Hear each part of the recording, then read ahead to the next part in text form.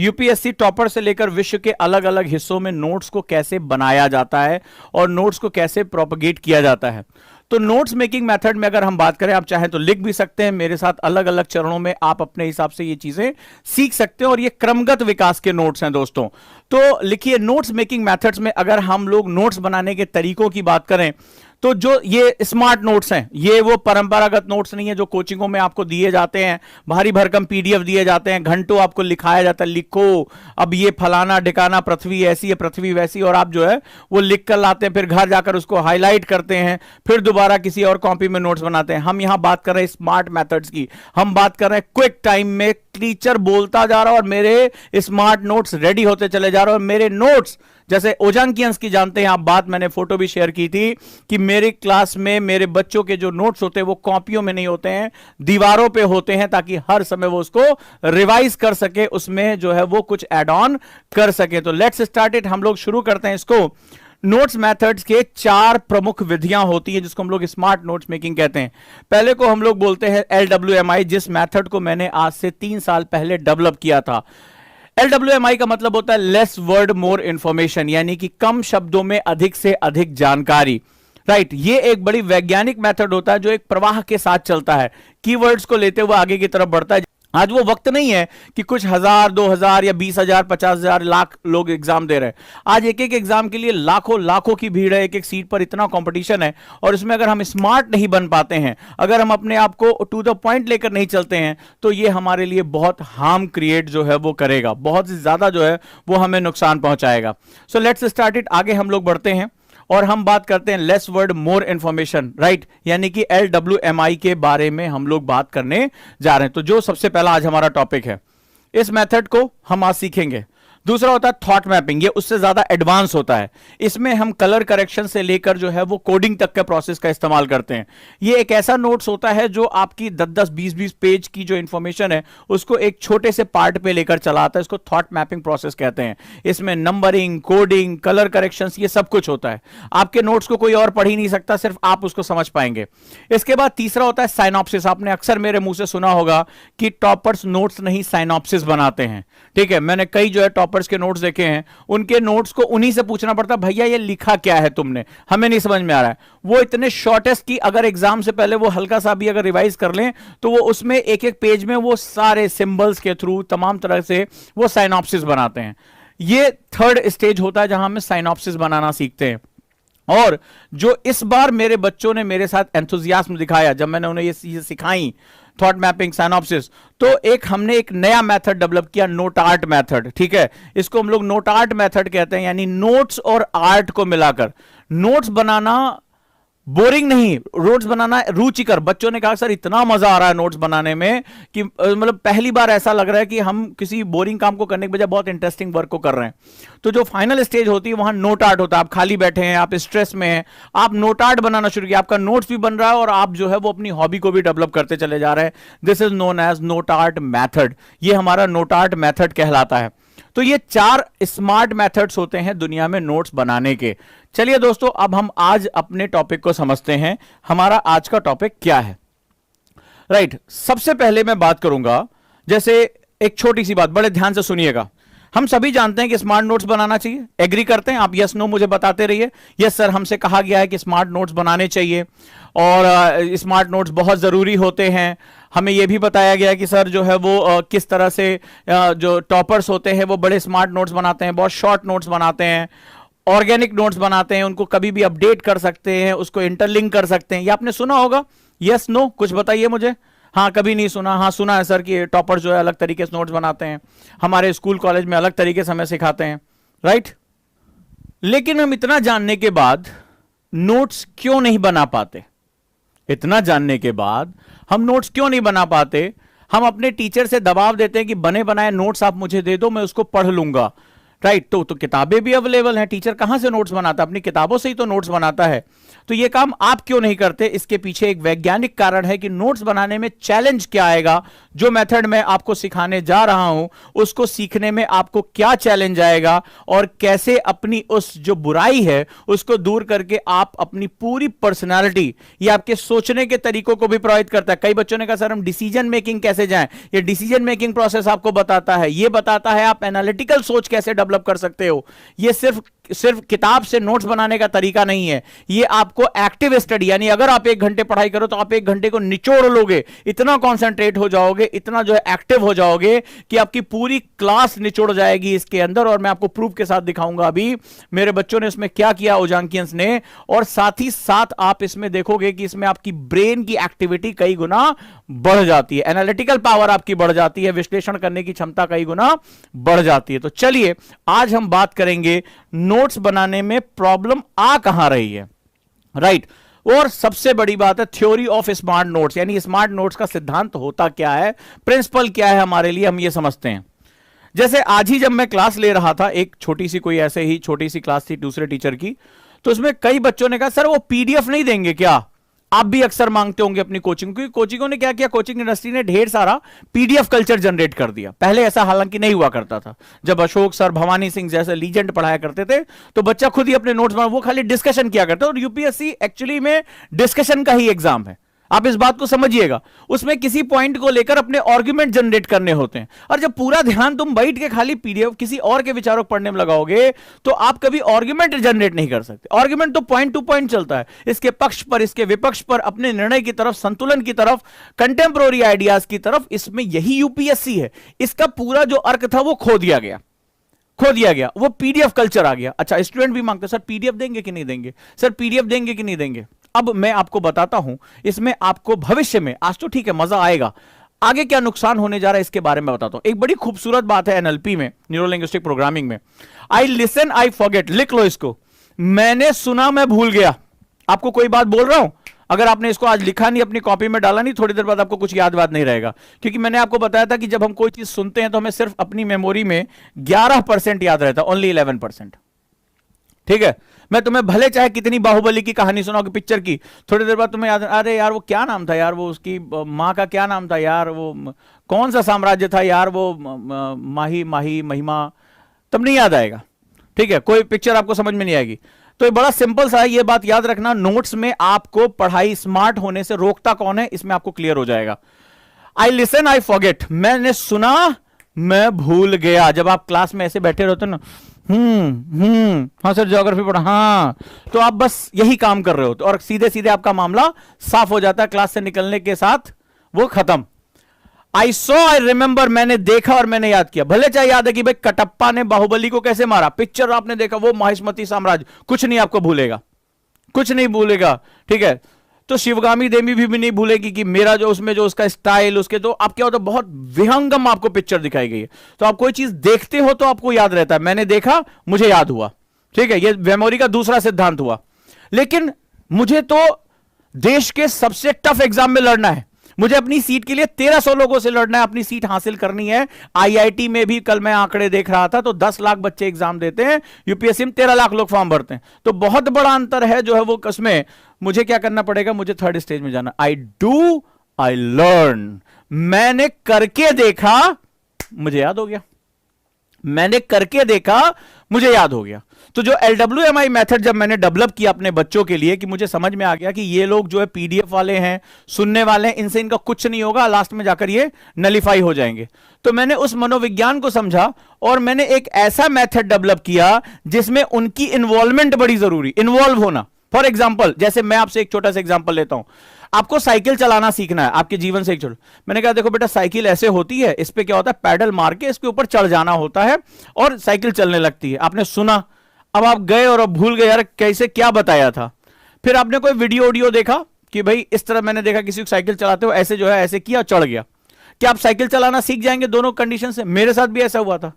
फिर जब साइकिल लेकर निकला, एक आध बार गिरा, तब समझ में आया कैंची ऐसे चलती, गद्दी पे ऐसे बैठा जाता है, बैलेंस ऐसे बनता है, थोड़ा सा उसको ट्राई किया और आप आज सीख गया। आप कभी नहीं भूल सकता, चाहे वो कोई खाना बनाना हो, चाय बनाना हो, साइकिल चलाना, कुछ भी है।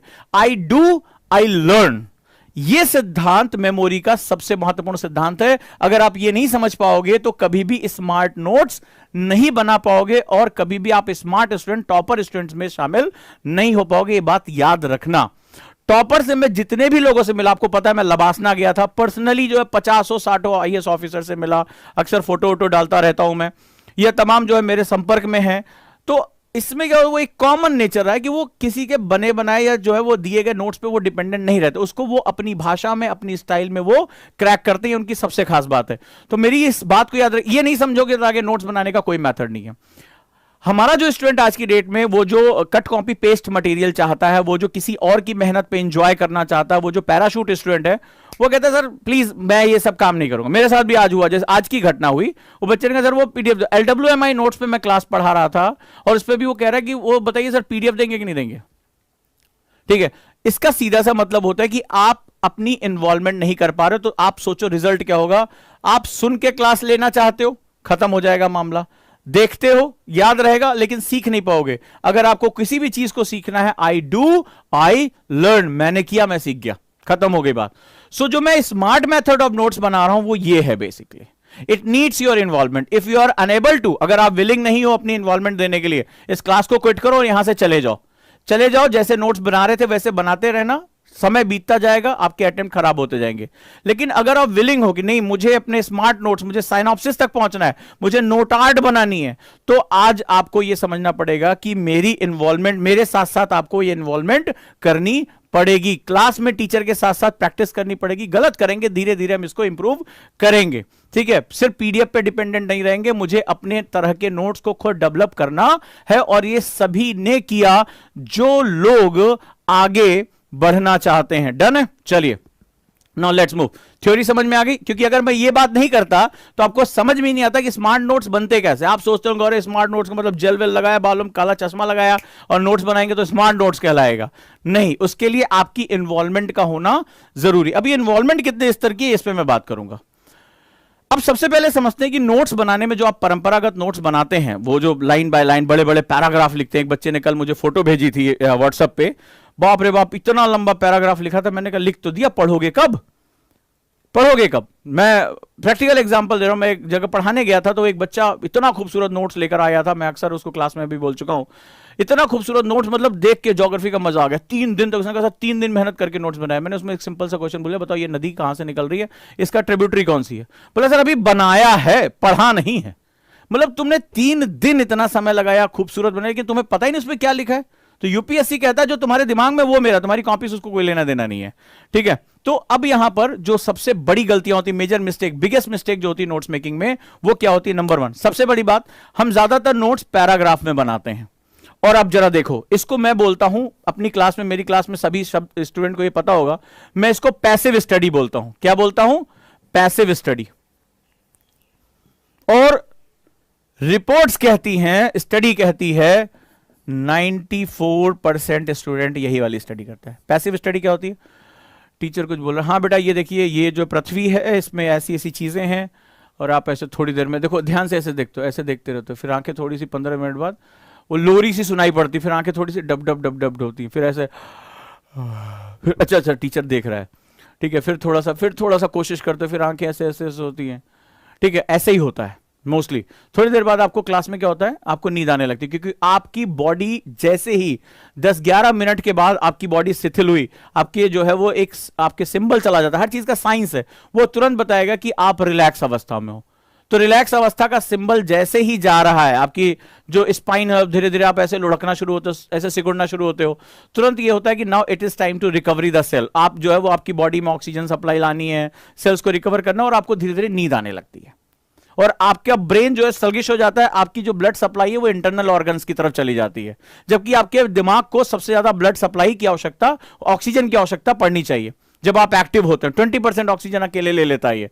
तो आप तो पैसिव हो गए, अब तो बस क्या होगा, अब थोड़ी देर में आपको झपकी आने लगेगी। दूसरा, मैंने देखा है कई बच्चे जो होते हैं लाइन बाय लाइन उसको रगड़ते रहते हैं, रंग रखते हैं, फिर उसके बाद उसको उठा के कॉपी में एज इट इज लिख देते हैं।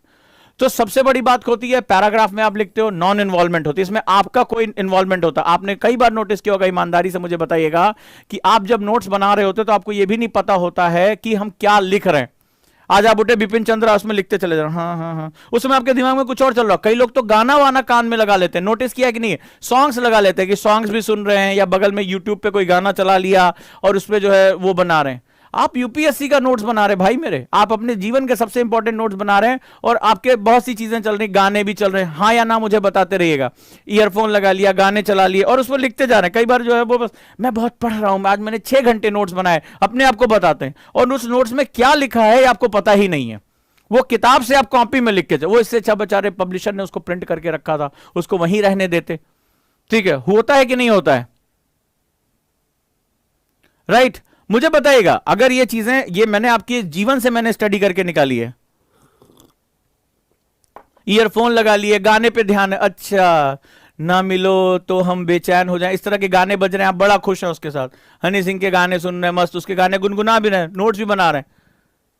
जबकि द वन थिंग में जो है वो राइटर ने लिख लिया है कि हम 2 काम एक साथ कर ही नहीं सकते, हमारा दिमाग सिर्फ एक जगह कॉन्सेंट्रेट। कॉल न्यूपोर्ट ने डीप फोकस में लिखा है कि you need a very focus approach for the 45 minutes.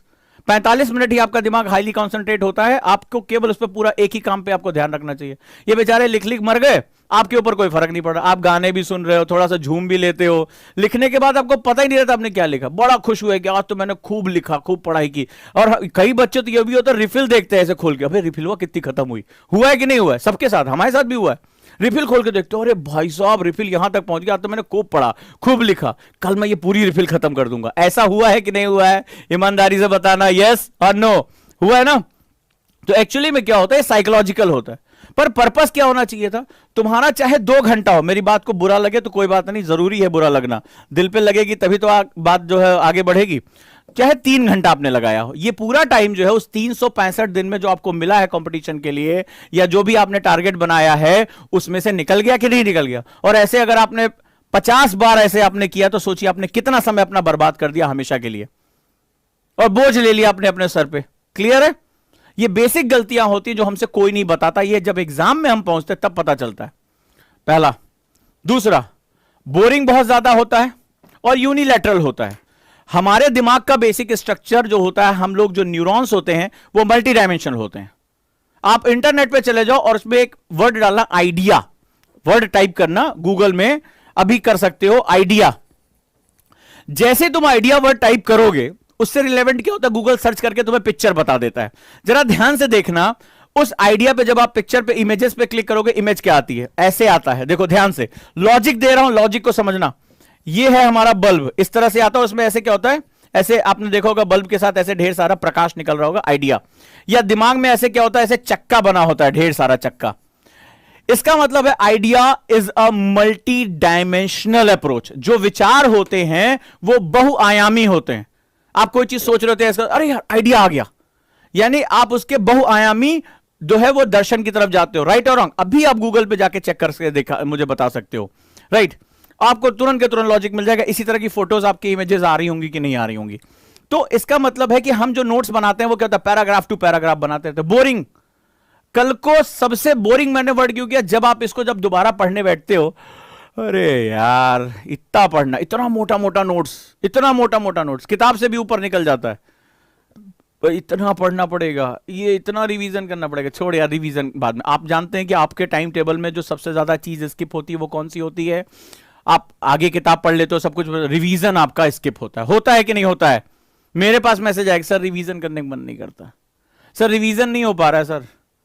और जितने लोगों ने प्री दिया वो जानते हैं कि सबसे ज्यादा उनका सिलेक्शन इसलिए नहीं है क्योंकि उन्होंने नेगेटिव मार्किंग कर दी थी। और नेगेटिव मार्किंग इसलिए की थी, कोई जानबूझकर थोड़े ना गलत निशान लगा के आता है, चल यार हम तो खतरों खिलाड़ी हैं, आज हम ड्यू पी कर आए हैं, ठीक है चलो तूफानों से खेलते। नहीं, वो इसलिए क्योंकि उनको थोड़ा सा याद आ रहा था, थोड़ा सा भूल गया था, रिवीजन की प्रॉब्लम थी, माथे पे हाथ मारा, अबे यार ये कॉपी में लिखा था, पढ़ लिया होता तो ये क्वेश्चन मेरा सही हो जाता।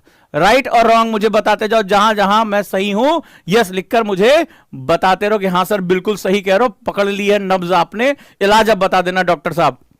चलिए अगला क्या होता है, जो सबसे बड़ी प्रॉब्लम है, जो टॉपर्स इसको इसीलिए अवॉइड करते हैं, वो होता है ये स्टैटिक इन नेचर, इनऑर्गेनिक होता है, सबसे बड़ी प्रॉब्लम है। यानी जैसे फॉर एग्जांपल, अब जरा ध्यान से समझो, आपने एक मोटी सी कॉपी ली और आपने लाइन बाय लाइन ऐसे लिखा, खूब दबा के, नोट्स ऐसे बनाते हो ना, बहुत अधिक होगा, पैराग्राफ चेंज कर दोगे या पॉइंट्स में लिख दोगे। अब हुआ क्या, आज आपने पर्यावरण के बारे में लिखा, फॉर एग्जाम्पल कुछ भी आ गया, जैव विविधता के बारे में आज आपने नोट्स में, बड़े मेहनती हैं आप। अब आज से, चूंकि प्रक्रिया ऐसी तो है नहीं कि आज नोट्स बनाओगे कल एग्जाम देके चले आओगे, प्रक्रिया साल, 1.5 साल, 2 साल आपको टाइम लगना है। अब क्या हुआ, आज से 1 साल बाद, 1 वर्ष बाद, अब कुछ बहुत इंपॉर्टेंट रिलेवेंट कोई सम्मेलन हुआ, कुछ उसमें बड़े डिसीजंस लिए गए, भारत की इन्वॉल्वमेंट उसमें हुई, भारत ने बड़े अच्छे इनिशिएटिव लिए उसमें। अब ये उसी से जुड़ी एक खबर है। मुझे बताओ कि जब तुम ये लाइन बाय लाइन बनाओगे तो क्या इसमें वो इंफॉर्मेशन ऐड कर पाओगे?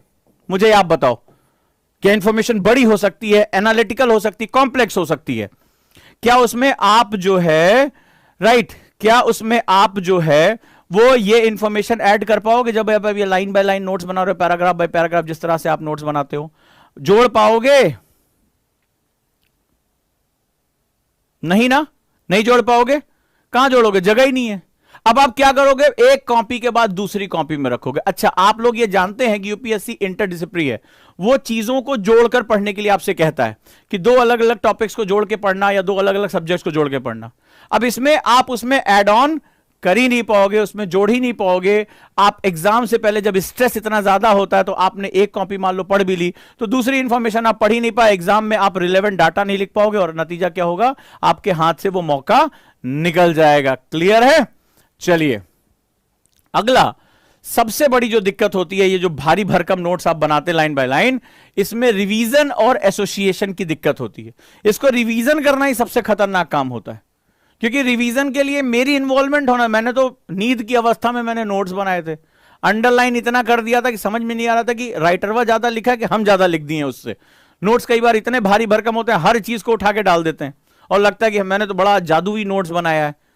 ठीक है, खुद ही जो इतना परेशान होते हैं, किताब को इतने कलर में रंग देते हैं कि पब्लिशर खुद ही भूल जाता है ससुर किस कलर की किताब थी ये। वो खुद ही मतलब लाल, पीला, नीला, काला, जितने तरह के हाइलाइटर मिलते हैं सब धगा धक धगा, हर चीज इंपॉर्टेंट होती है। तो वो खुद ही बेचारा जो है कंफ्यूज हो जाता है किस कलर में हम छापे थे इस बेचारे को। खैर, ये जो है वो नोट्स बनाए, जो परंपरागत नोट्स बनाते हैं उसमें ये प्रॉब्लम आती है। आगे चलते हैं हम लोग। अब जैसे फॉर एग्जांपल आप इस तरह से एक सैंपल लेता हूं, इस तरह से आप बेसिकली नोट्स बना रहे हैं। ठीक है, फॉर एग्जांपल कि भाई आप उसमें क्या होता है, पैराग्राफ टू पैराग्राफ लिखते चले जा रहे हैं, बाद में इसको पढ़ना। आप देखिए कितना मोनोटोनस, अब आप देखिए इसको ध्यान से देखिएगा, कितना ये मोनोटोनस लग रहा है, कितना एकाकी लग रहा है। ठीक है, आप बहुत अधिक हुआ तो आपने हेडिंग वेडिंग डाल दी, कुछ आप पैराग्राफ टू पैराग्राफ लिखते जा रहे हैं। अब देखिए कितना लंबे लंबे सेंटेंस आप इसमें बनाते हो। ठीक है, इस तरह से आप ये इस तरह से नोट्स बनाते हो ना, बहुत अधिक होगा आप उसमें पॉइंट्स कर दोगे, थोड़ी हेडिंग डाल दोगे, लेकिन आप ये नोट्स देखिए, ध्यान से देखिएगा, कंपैरिजन करना आज आपका काम है कि स्मार्ट नोट्स कैसे बनते हैं। ये जो है वो ये कंपैरिजन इस तरह, ये परंपरागत हमारे पढ़ने का एक बेसिक तरीका होता है। ठीक है, इस तरह से हम बेसिक नोट्स बनाते चले जाते हैं। तो हम क्वेश्चन आंसर, बड़े बड़े पैराग्राफ। अब देखिए अरुचि, मतलब अगर मुझे इसको रिवाइज करना हो तो मुझे मेंटली पहले खुद को प्रिपेयर करना पड़ेगा, यार आज रिवीजन करना है, उतना ढेर सारा पढ़ना पड़ेगा। ठीक है, और आपके सामने है, ध्यान से देखिएगा, ये नोट्स अभी लग रहे हैं कैसे, और अभी मैं आपको अपने स्टूडेंट्स के LWMI दिखाऊंगा, उनके ही हाथ से बने, और अब आप देखेंगे कि दोनों के बीच में बेसिक डिफरेंस क्या है। ठीक है, आपके सामने आज बिल्कुल क्लियर हो जाएगा। चलिए, तो सबसे पहले मैं आपको सिखाता हूं LWMI होता क्या है, लेस वर्ड मोर इंफॉर्मेशन सिद्धांत क्या होता है। जैसा इसका नाम है, लेस वर्ड मोर इंफॉर्मेशन, यानी हमें कम शब्दों में ज्यादा से ज्यादा इंफॉर्मेशन को एक पेपर पे लेकर आना है। तो तैयार हैं? ठीक है, तो इसमें जो सबसे पहला मेथड होता है, रेडी, पेन और पेपर ले लीजिए आप लोग। चलिए तैयार करिए पेन और पेपर। चलिए, सेंट्रल टॉपिक। अब LWMI का पहला सिद्धांत जो होता है, you have to identify the central topic. आपको केंद्रीय टॉपिक को डिफाइन करना होगा कि मेरा किस मुद्दे पर बात होने जा रही है। ठीक है, उसको आइडेंटिफाई होगा, उसको अपने पेपर के सेंट्रल पॉइंट पर लेकर आना पड़ेगा LWMI पे, या पेपर की शुरुआत जहां हो रही है वहां से आपको LWMI पे लेकर आना पड़ेगा। और ये जो सेंट्रल टॉपिक होता है, ये बेसिकली कीवर्ड होना चाहिए। फॉर एग्जांपल कुछ भी ले लें, मान लो मैं कृषि को ले लेता हूं, एग्रीकल्चर। अब कृषि मेरा आज का, मेरे टीचर मुझे कृषि पढ़ाने जा रहे हैं, या आज का डिस्कशन एग्रीकल्चर पे है। सो agriculture is my theme point, इसको थीम भी बोलते हैं, सेंट्रल पॉइंट भी बोलते हैं, या सॉइल हो सकता है, इंटीरियर ऑफ द अर्थ हो सकता है, कृषि में समस्याएं हो सकती हैं, किसान आत्महत्या हो सकता है। जिस भी टॉपिक पे मैं बात करने जा रहा हूं वो मेरा थीम पॉइंट है, और मुझे पूरे सेगमेंट्स को इसी के आसपास रन करना है। क्लियर है? पहला हमारा पॉइंट जो है वो निकल कर आ गया। सो ये हमारा कीवर्ड होता है, की मतलब कुंजी वाक्य, इसी के आसपास पूरी कहानी को रन कराया जाएगा। बड़े ध्यान से इस बात को समझिएगा। चलिए नेक्स्ट आ जाते हैं। अब कई बार ये लगता है, जैसे कई बच्चे क्या होता है, ऐसे जो है वो नोट्स बनाए, अच्छा चलो कृषि लिख देते हैं, ऐसे कृषि लिखा, और इसमें क्या हुआ, मैंने देखा कई लोगों ने मुझे भेजा, खासतौर पे जो मेरे अभी नए बच्चे आए जिनको अभी मैंने नहीं सिखाया था, वो बना बना मुझे भेज रहे थे, उनको मैं मना कर रहा था कि अभी इस पे हाथ मत डालो, स्टेप बाय स्टेप हम चलेंगे। तो वो क्या होता है, इसे कृषि में ये हो गया, कृषि में ये हो गया, कृषि में ये हो गया, कृषि में ये हो गया, ये कृषि में ये हो गया, ऐसे किया, सरकार ने योजना चलाई, इतना बजट दिया, ये किया, इस तरह से हम नोट्स बनाते हैं। कई बार इस तरह से हम दिमाग लगाते हैं, हमें लगता है कि ऐसे जो है वो आड़ी पड़ी लेखाएं डाल दो तो उससे हमारा नोट्स तैयार हो जाएगा। गलत। ये पूरी वैज्ञानिक विधि है और उसको बहुत वैज्ञानिक तरीके से तैयार किया जाता है। इसमें मैंने कहा ना कि मुझे अपनी इन्वॉल्वमेंट करनी, हर पॉइंट पर मेरा दिमाग इन्वॉल्व होगा। तो चलिए अब हम समझते हैं कि इसको स्पाइडर बोलते हैं। ये क्या होता है, स्पाइडर था जो मैंने बनाया था, स्पाइडर नहीं, LWMI, less word more information. इसमें दूसरा सिद्धांत है, जब कीवर्ड हम आइडेंटिफाई कर लेते हैं तो हम हुकिंग करते हैं। हुकिंग का मतलब होता है हैंगर, ठीक है, जैसे आपको कपड़े टांगने तो आपको हैंगर की चाहिए होता है। इसमें क्या होता है, जो सिद्धांत होता है, ध्यान समझिएगा, लेस वर्ड मोर इंफॉर्मेशन, कम से कम शब्दों में मुझे पूरी जानकारी लेनी है। इसका मतलब है कि मुझे इसमें सेंटेंस स्ट्रक्चर को तोड़ना पड़ेगा, वाक्य की अवसंरचना को तोड़ना पड़ेगा। जैसे मैंने कहा भारतीय कृषि वर्तमान समय में मुश्किलों से गुजर रही है, एक ये मेरी लाइन हो गई। अब मुझे तुमसे अपनी बात कहने के लिए मैंने कहा भारतीय कृषि मुश्किलों से गुजर रही है, लेकिन जब मैं इसको LWMI नोट्स में लेकर आऊंगा, या मैंने कहा कि अभी प्रधानमंत्री ने कृषि विकास के लिए नई योजना लॉन्च की है, जब मैं इसको LWMI पे लेके आऊंगा तो इस सेंटेंस को मैं तोड़ दूंगा। मुझे इसमें ग्रामर की जरूरत नहीं पड़ेगी, यानी वर्ब की जरूरत और इसके प्रोवर्ब की जरूरत, हेल्पिंग सेंटेंस की जरूरत, सब्जेक्ट, ये सब मुझे आवश्यकता नहीं रहेगी। मैं कृषि से रिलेटेड जो हुक है, जो महत्वपूर्ण चीज है, उसको मैं टांग दूंगा, हुकिंग कर दूंगा। हुकिंग कैसे की जाती है, इसमें ध्यान से, इसमें हैंगर्स बनाए जाते हैं। जैसे मैंने इसकी ब्रांचेस निकालनी शुरू कर, ध्यान से समझना है इसको। अब मैंने कहा कृषि मेरा मुद्दा है, पहला टॉपिक आया कृषि की समस्या। तो अब ये आपके सामने एक लाइन है कि भारतीय कृषि तमाम तरह की समस्याओं से गुजर रही है, ठीक है, भारतीय कृषि तमाम तरह की समस्याओं से उसका सामना हो रहा है। तो मेरे लिए ये आप नोट्स में क्या करेंगे, भारतीय कृषि में बहुत समस्याएं हैं, ऐसे तो लिखेंगे। मेरे लिए पहला पॉइंट होगा समस्या, सिर्फ एक वर्ड, सिर्फ एक वर्ड। अब आपको पूरी लाइन लिखने की आवश्यकता ही नहीं, नो वर्ब, नो XYZ, कुछ भी नहीं। मेरे लिए problem, this is my problem, what is the problem of agriculture, this. वर्तमान समय में भारतीय कृषि के सम्मुख सिंचाई, उर्वरक, बढ़ती हुई लागत और किसानों की घटती हुई आय एक बड़ी समस्या है। यह आपके सामने थ्योरी में लिखा हुआ है, आपने कोई भी बुक पढ़ा या टीचर ने आपको लिखवा दिया, झोंक दिया। मैं अब इसमें क्या करूंगा, अब ध्यान से समझो। बेसिकली जो हुकिंग होती है, या ऐसे नहीं होता है एब्रप्टली जो है चाय चाय चाय लाइनें खींचो और डाल दो। ये हुकिंग फ्लो के हिसाब से होती है, बहुत ही महत्वपूर्ण होता है। मेरी क्लास में जितने भी बच्चे जानते होंगे कि हम एक के बाद एक के बाद एक के बाद लॉजिक पे हम उसको फ्लो बनाते हैं, इसको प्रवाह बोलते हैं। यानी कि मेरे थॉट्स का प्रवाह, इसी में आपकी इन्वॉल्वमेंट होती है। आपका दिमाग जो है वो सोचता रहना चाहिए, अगला पॉइंट मेरा क्या है, मैं इस बड़े सेंटेंस को छोटे बिंदु में कैसे तोड़ूंगा, अगला मेरा क्वेश्चन क्या होगा। इसका सवाल का जवाब दिया IAS टॉपर अदापा कार्तिक ने, जिन्होंने UPSC को टॉप किया था। उन्होंने कहा कि मैं जो ये फ्लो होता है वो निम्नलिखित तरीके से अपने नोट्स में डालता हूं। जब उनका सेमिनार जो है अवेलेबल था, तो उनके सेमिनार में वो उन्होंने एक बात कही कि मैं जो टॉप, उनसे पूछा गया टॉप करने के पीछे का सबसे बड़ा जो कारण था, कैसे आप इतने कम समय में, क्योंकि वो मेडिकल डॉक्टर भी थे और मेडिकल की वो तैयारी भी कर रहे थे, हार्वर्ड उनके फावन का कि आप हार्वर्ड जाके पढ़ाई करेंगे, उनका नहीं, मुझे UPSC देना है। तो उन्होंने कहा कि मैंने कुछ, ये जो फ्लो है, ये प्रवाह है, ये जो किसी भी इंफॉर्मेशन को निकाल लेने के, मैंने कुछ चीजों का प्रयोग किया। फ्लो को तैयार करने के लिए मैंने कुछ बेसिक क्वेश्चन पूछे, ध्यान से इसको समझना। मैंने कुछ बेसिक क्वेश्चन पूछे, जैसे व्हाट क्या है, whom किसका है, वेयर कहां है, why क्यों है, ठीक है, who यानी किसका है, तो ये अब जो है कौन है इसमें। तो ये जो कुछ क्वेश्चंस होते हैं, क्या, क्यों, कैसे, कब, कहां, किसके लिए, ये हम अपने जीवन में अक्सर करते रहते हैं ना। तो सवाल है कि इसको प्रवाह में तय कर दो, ठीक है। इसको हम लोग बोलते हैं लॉजिकल क्वेश्चन अरेंजमेंट, यानी कि जो लॉजिकल क्वेश्चन है उनको यहां पर सेट कर दो, प्रवाह आपका तय हो जाएगा। जैसे कृषि समस्या क्या है, अब समस्या क्या है लिखने की मुझे जरूरत, क्योंकि मेरा notes I do I learn, मैंने किया ना भाई मेरे, तो मुझे पता है इसका मतलब क्या है। तो समस्या क्या है, मैंने कहा सिंचाई भाई, मैंने कहा उर्वरक फर्टिलाइजर, मैंने कहा अगला मुझे क्या है कि भाई लागत बढ़ रही है, लागत। अब मैंने कहा बढ़ती हुई लागत एक समस्या है, आपकी कॉपी में लिखा हुआ है या आपकी किताब में लिखा हुआ है। मैंने कहा लागत बढ़ती हुई। अब ये मेरा नोट्स है यार, खत्म हो गई बात, ये मेरा नोट्स है। लागत के ऊपर प्लस साइन, लागत बढ़ रही है, लागत बढ़ रही है, हो गया मेरा काम। तो मैंने समस्या को आइडेंटिफाई कर लिया। पूछ रहा है समाधान क्या होगा, आगे पूछा गया इसके समाधान के लिए सरकारों को प्रयास करना होगा, कृषि मंडी बनानी होगी। ठीक है, तो समाधान क्या होगा, कृषि मंडी हो गई, सरकार को धन उपलब्ध कराना पड़ेगा, ऋण देना पड़ेगा सस्ता। ठीक है, ये सारे जो है वो जमीन को उर्वरक करना पड़ेगा, फलाना ढिकाना, जो भी समाधान दे रहा है। अब आप देखिए उतने बड़े स्ट्रक्चर को मैं सिर्फ 3 लेयर में लेकर आया, सिर्फ 3 लेयर के अंदर।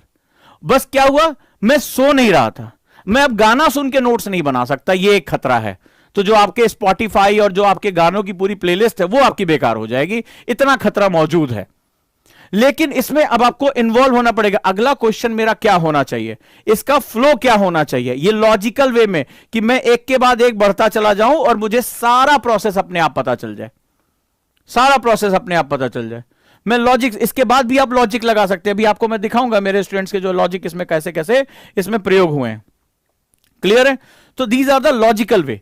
इसको हम लोग बोलते हैं यानी हुकिंग करना, हैंगर्स बनाना, फ्लो क्रिएट करना। लिखते जाओ, फ्लो क्रिएट करना, क्वेश्चंस के बेस पे फ्लो क्रिएट करना, इसको हम लोग LWMI नोट्स के नाम से जानते हैं। डन? और ये प्रश्न ये ऐसा नहीं हैपहजार्डली लाइनें खींचते चले गए।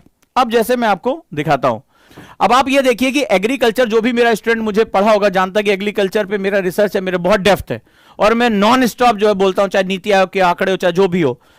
अब ये पूरा लेक्चर है 2 घंटे का, पूरा लेक्चर है, पूरा 2 घंटे नॉन स्टॉप। और जो भी मेरे क्लास में रहूंगा, अभी आप देखते हैं मैं ब्रेक ले ही लेता हूं, मैं नॉन स्टॉप बोलता रहता हूं और उसमें थॉट्स को एक दूसरे के साथ लिंक करता हूं।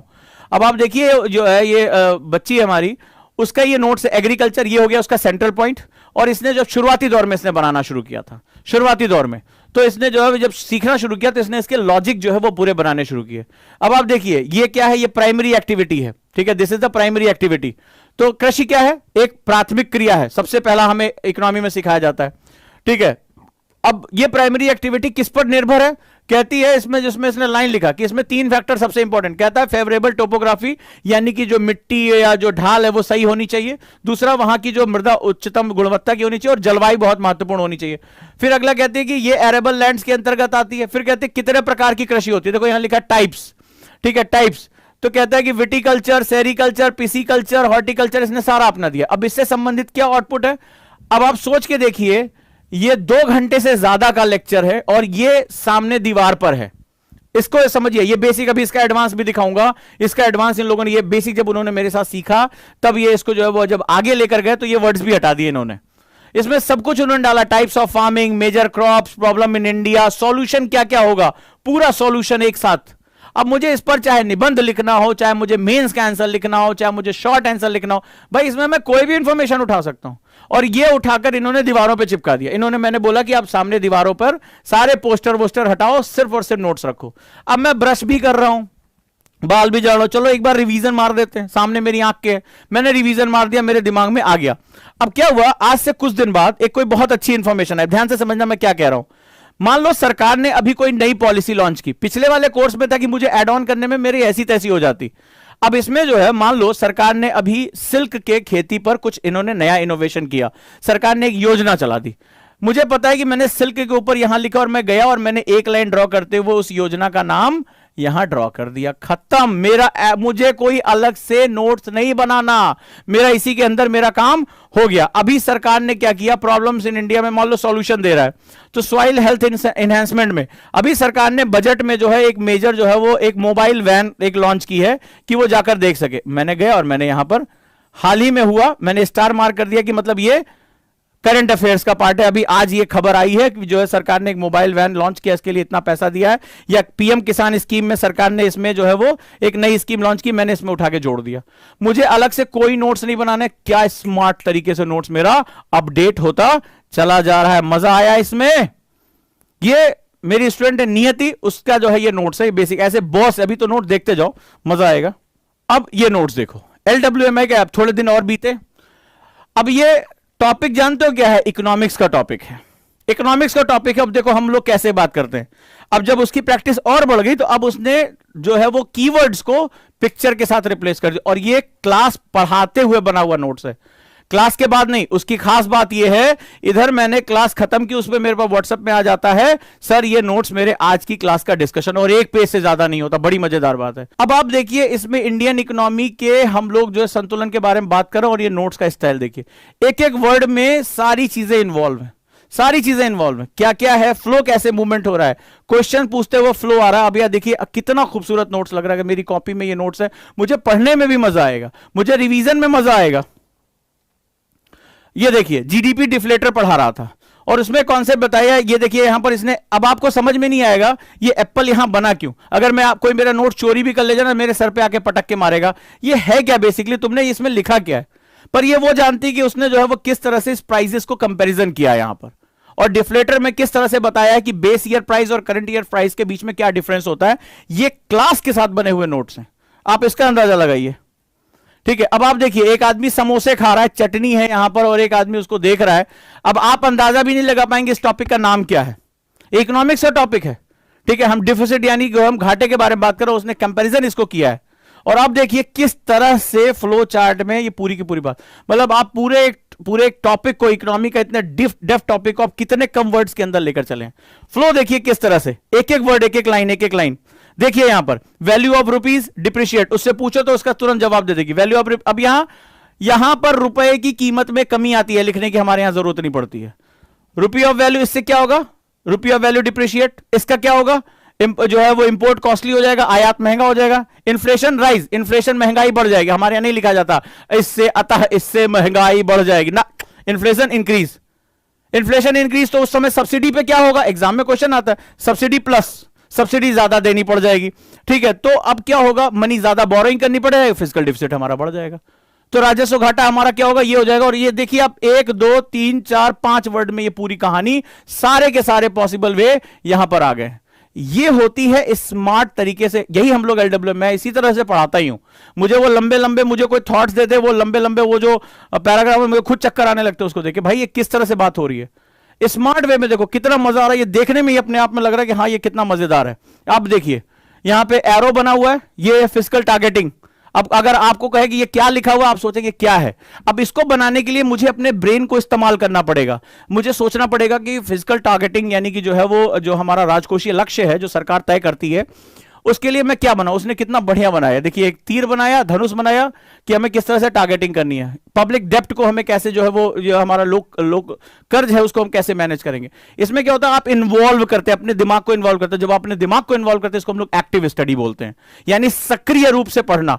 पूरी क्लास नहीं, और ये क्लास के साथ साथ हो रहा था, क्लास के बाद नहीं बनाया, क्लास के साथ बन रहा था।